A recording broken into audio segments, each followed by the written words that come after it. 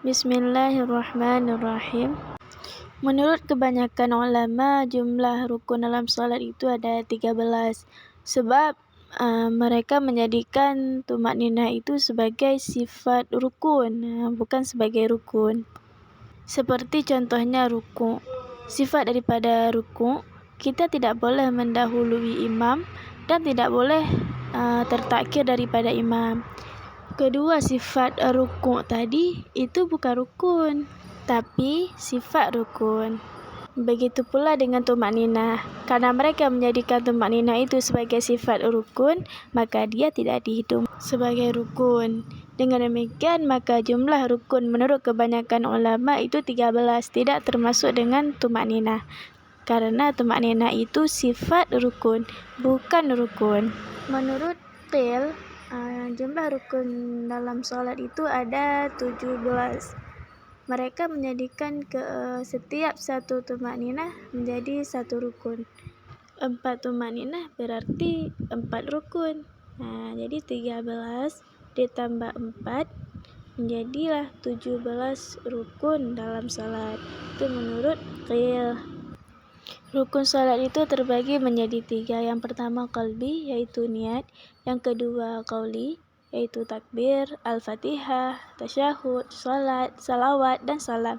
Dan yang ketiga yaitu fi'li. Yang termasuk dalam fi'li ada 7. Pertama qiyam, ruku', i'tidal, sujud, duduk antara 2 sujud, duduk tasyahud akhir, dan tertib. Salah satu daripada rukun salat yaitu niat. Arti niat yaitu qasad dalam hati, bukan bertutur dengan lidah. Kalau bertutur dengan lidah itu namanya lafaz, bukan niat. Kenapa mesti niat? Karena ada hadis innamal a'malu binniyat. Setiap amalan itu memerlukan niat. Bukan hanya ada hadis, tapi juga ada firman Allah, wa ma umiru illa liya'budullaha mukhlishina lahuddin. Jadi menurut Mawardi, ikhlas dalam firman Allah Ta'ala itu yaitu niat.